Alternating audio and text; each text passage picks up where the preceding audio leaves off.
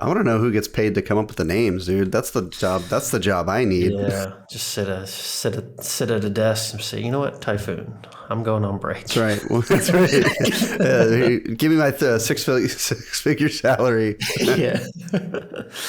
Reminds me of that Mitch Hedberg joke. I don't know if you remember that one where he's talking to me. He's like, I want to be the guy that just names kitchen appliances. Oh, yeah. So good.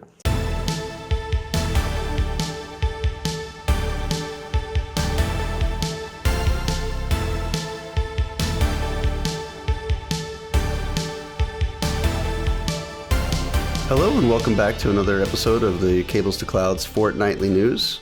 With me, as always, is my co-host Chris Miles at BGB Main on Blue Sky.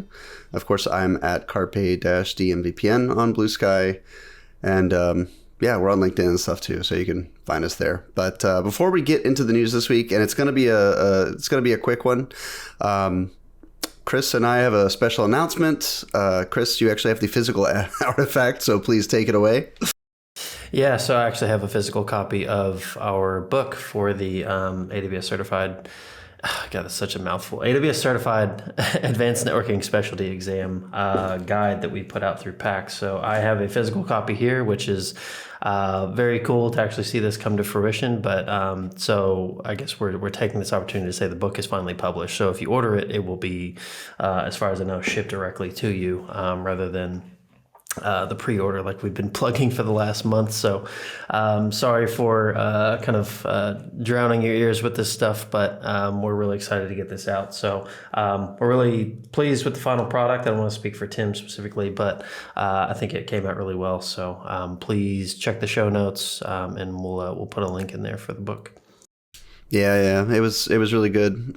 Steve, Chris, and I we've been friends for a long time, so it was really good to work on it together and just go through it, right? And to do the research. There's no better way to become an expert at something than to do a lot of research on the thing when you're writing a book for it.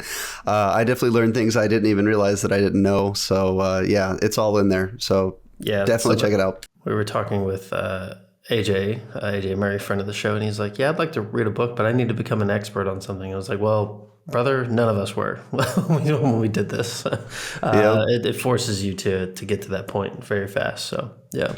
I mean, we know what we know, and we're both ANS certified and all of that. But like, it's just you know how it is. It's the difference between knowing it and working with it, and then knowing it to the point where you can write a certification book about it, right? So anyway, all right, let's jump right into it. So in the news this week from Data Breach Today is an article entitled China's Silk Typhoon is tied to cloud service provider hacks. So Silk Typhoon is a different state-sponsored cyber, what do they call it? Cyber espionage group in China. So we've been talking about Salt Typhoon. You've seen it all over the internet by this point, where Salt Typhoon was another group in China, and their latest hack attack, if you will, is they were doing compromise of service providers. So service provider routers, infrastructure, and then basically harvesting data all right off the wire with unencrypted traffic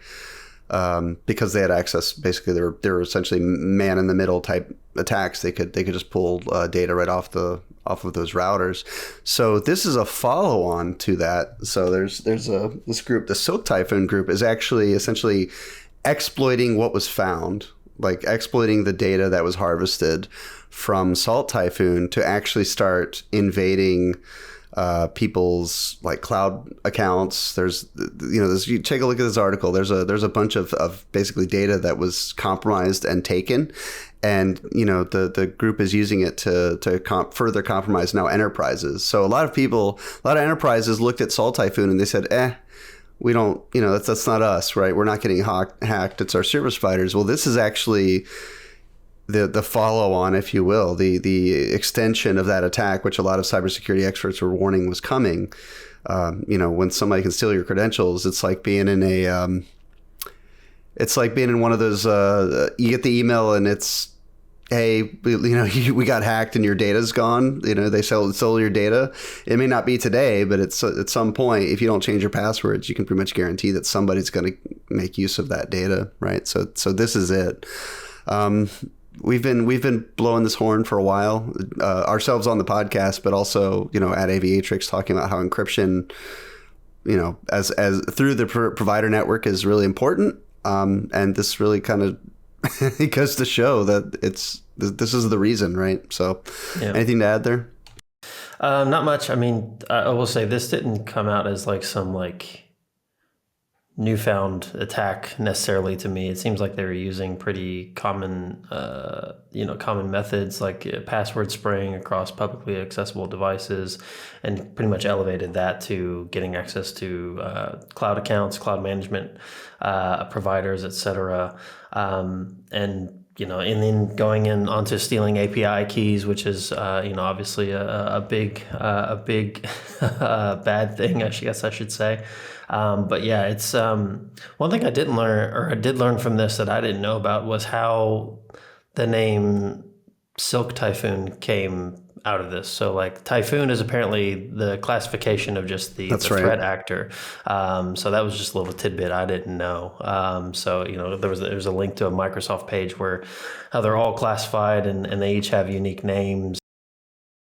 Like Russia's Blizzard, China's Typhoon, Iran is Sandstorm, and then there's even kind of lower level classifications from there, which is pretty cool. I want to know who gets paid to come up with the names, dude. That's the job. That's the job I need. Yeah, just sit at a desk and say, you know what, Typhoon, I'm going on break. That's right. Well, that's right. Give me my six-figure salary. Yeah. Reminds me of that Mitch Hedberg joke. I don't know if you remember that one where he's talking to me. He's like, I want to be the guy that just names kitchen appliances. Oh, yeah. So good. Yeah, excellent. Yeah, so I mean, we're just gonna have to keep an eye on this one, right? This is in the wild. This is happening. It's a mix. It's a mix of previous exploits and, like Chris said, there's always just the tried and true, weak password encryption, weak password brute forcing and whatnot. So it's happening. So keep your stuff encrypted. Definitely. All right. Next up, we have an article from networkworld.com, which is very interesting, titled "The Sovereign European Cloud API Claims to Offer Interoperability Without Lock-in."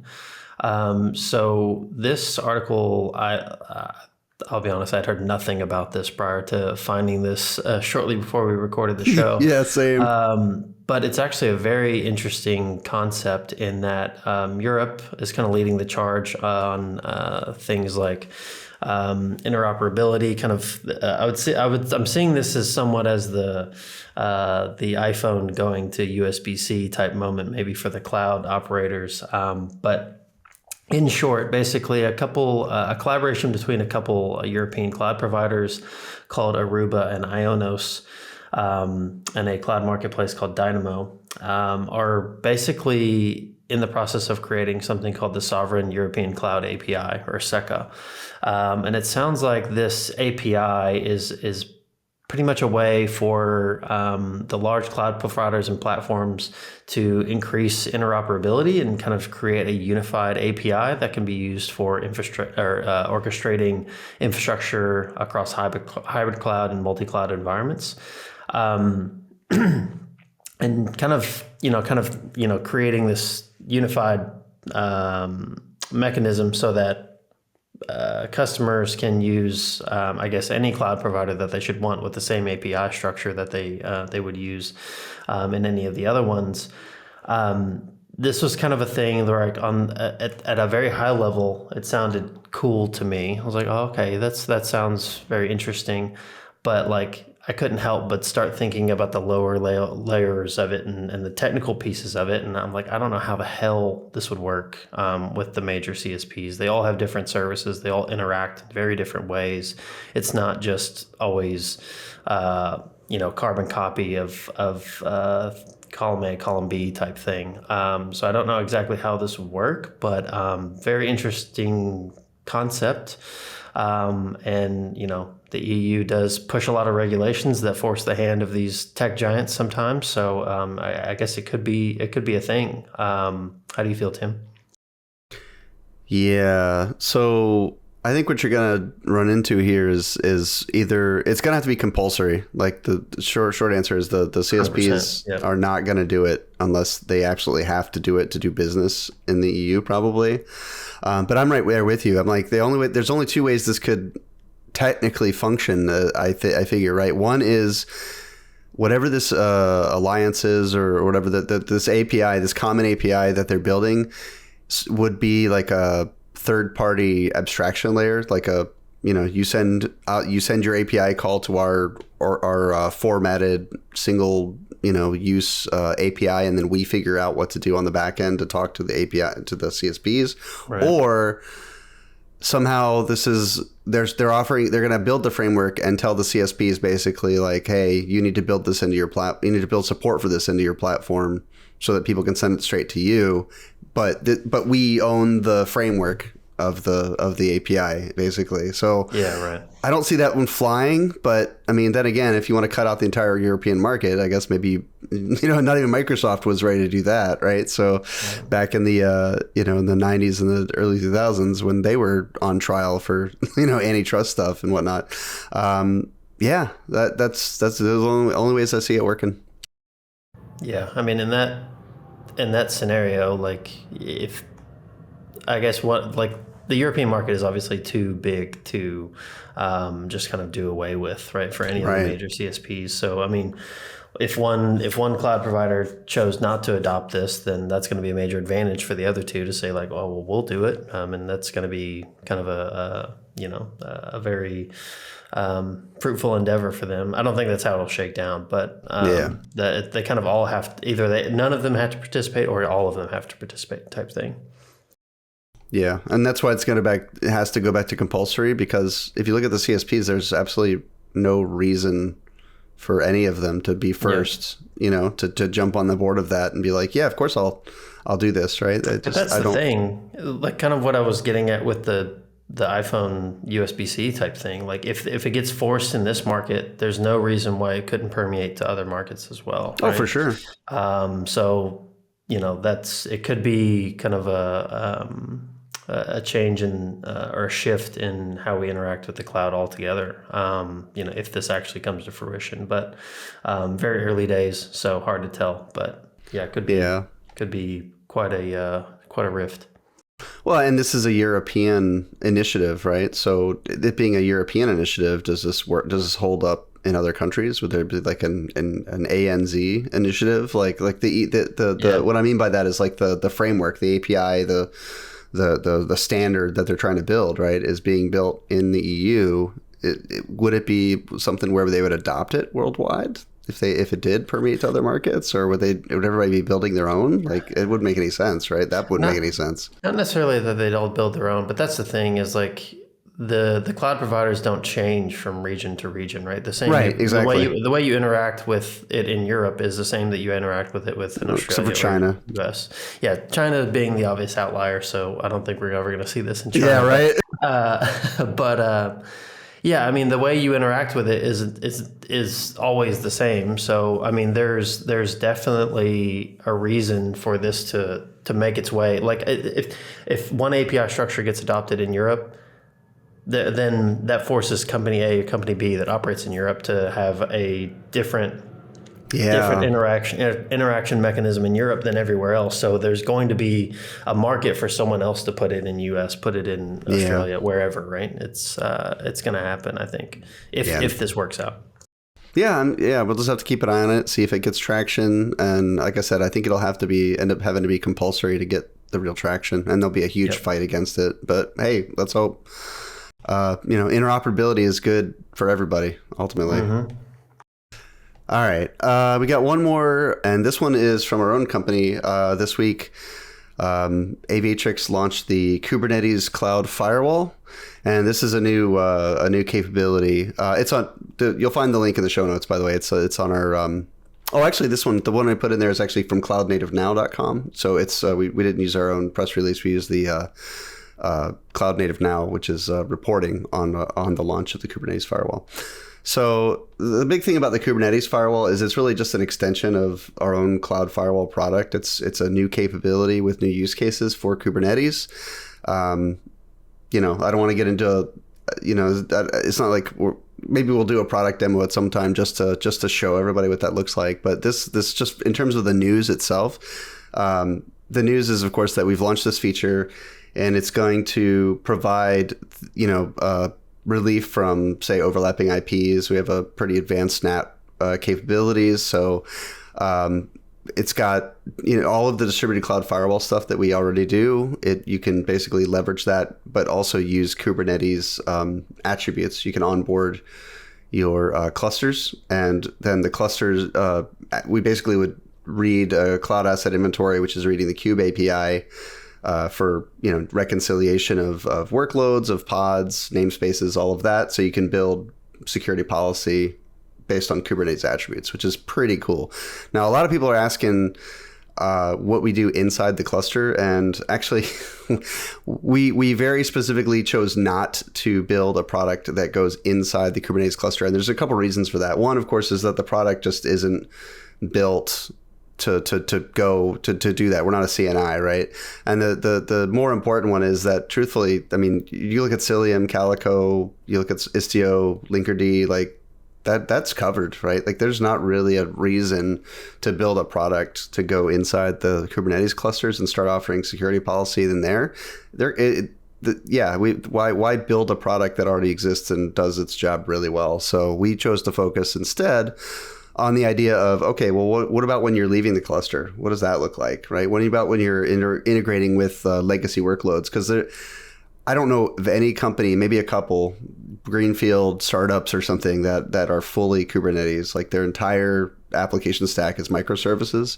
Most people have some kind of legacy, whether it be on-prem, whether it be in the cloud, whether it be PaaS services like RDS for databases. We're still not putting a lot of static or rather stateful services in Kubernetes.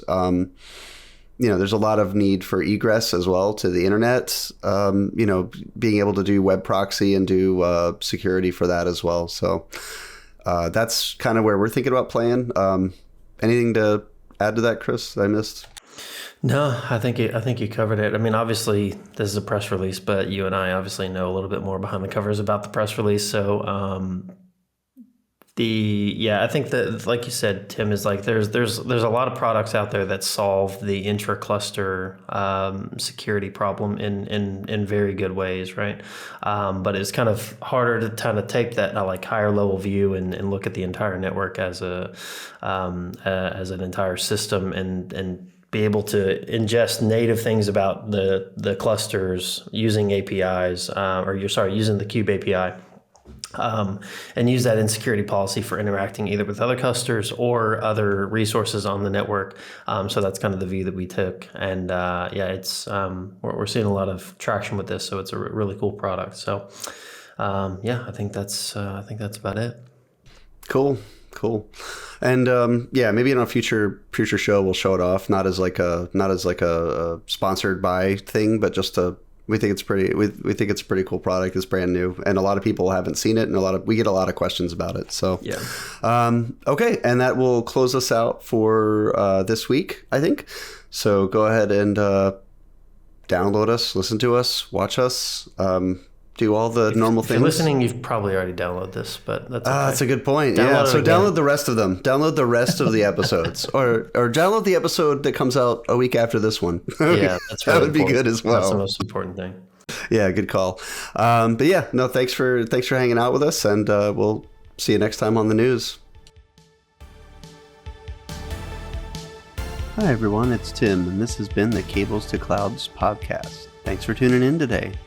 If you enjoyed our show, please subscribe to us in your favorite podcast catcher, as well as subscribe and turn on notifications for our YouTube channel to be notified of all our new episodes. Follow us on socials at Cables2Clouds. You can also visit our website for all the show notes at cables2clouds.com. Thanks again for listening, and see you next time.